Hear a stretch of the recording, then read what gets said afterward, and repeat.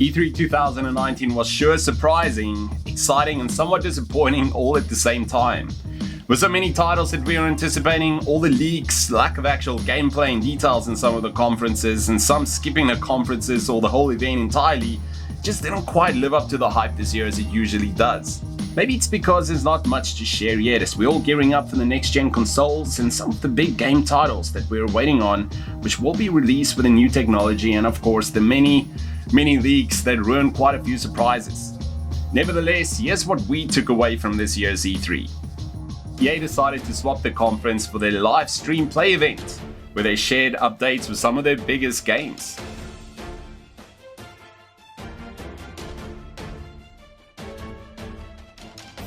Although Ubisoft didn't quite show us the new Plants vs Zombie game or Rayman, they did give us an impressive reveal of Watchdogs Legion, including thorough gameplay to showcase how the cinematics change depending on the recruit you're playing with. The trailer of Ghost Recon Breakpoint also looked fantastic. One of the new games that got announced was Tom Clancy's Rainbow Six Quarantine, which is a sci-fi 3-player co-op game that will test tactical skills and survival instincts while fighting a parasite. We didn't see too much of the game, but we're looking forward to some more details on this one. Ubisoft also announced a partnership with Stadia for Ubi Play Plus. We got to see a good amount of gameplay for both Doom Eternal and Wolfenstein Youngblood, and Bethesda also revealed some updates coming to Fallout 76 as well as a Battle Royale game mode.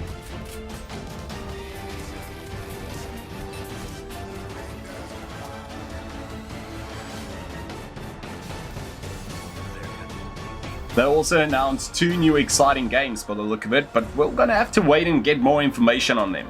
Ghostwire Tokyo, a horror game based in Tokyo from the same creators of Resident Evil. Deathloop, where 2 assassins' main goal is to kill each other only to start over each time with the same goal, from the same developers that brought us Dishonored. Unfortunately, nothing more on Fable 4, and also not too much more shown on Gears 5 as it was a very vague trailer. Microsoft's conference didn't show too much gameplay, but we did get to see some good trailers and yet some of our favorites. Spiritfarer, which is build, care, explore and learn to say goodbye as you build a boat and fare spirits to the final resting place.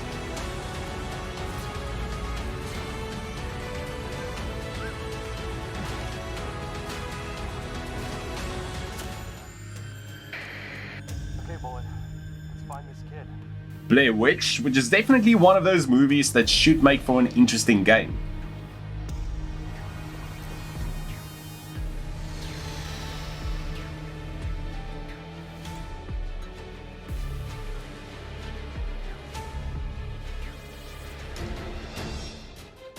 My name is Raz, and today is my first official day on the job.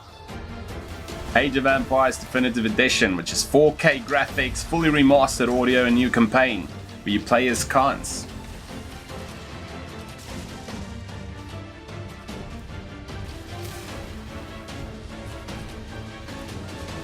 Don't see it. Look up at the sky.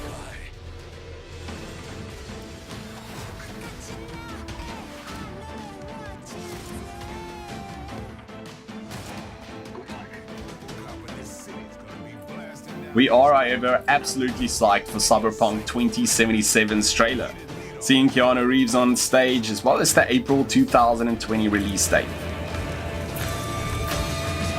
Is really going to be breathtaking. And of course Halo Infinite, which will be released along with Scarlet as its launch title. The biggest announcement for Microsoft was their next-gen console, boasting its improved performance and graphics that would allow for more immersive gaming, which Microsoft claims to be 4 times more powerful than the Xbox One X. Some of the features include 8K graphics, resolution and frame rates of 120 frames per second, SSD and more.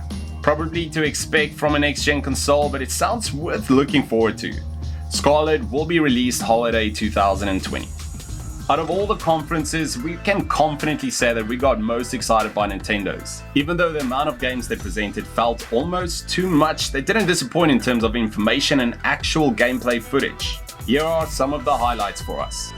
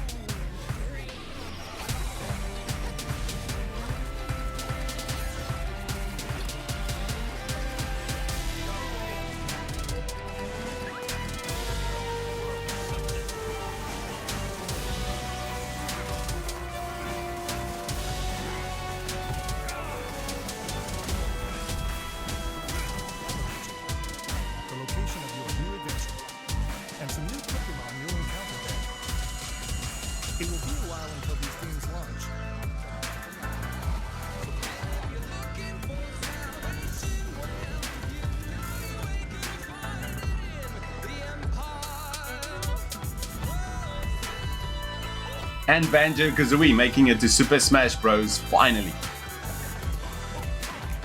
And many other titles coming to the Switch, including Spyro Trilogy. And to top it all off, the teaser trailer for Legend of Zelda Breath of the Wild sequel. Now this was truly the highlight of the event, and even though the teaser didn't give away too much information, we believe that the corpse looking like he's rising from the dead is none other than Ganondorf, being risen from the same Sheikah power that awoke Link from his slumber in the beginning of Breath of the Wild.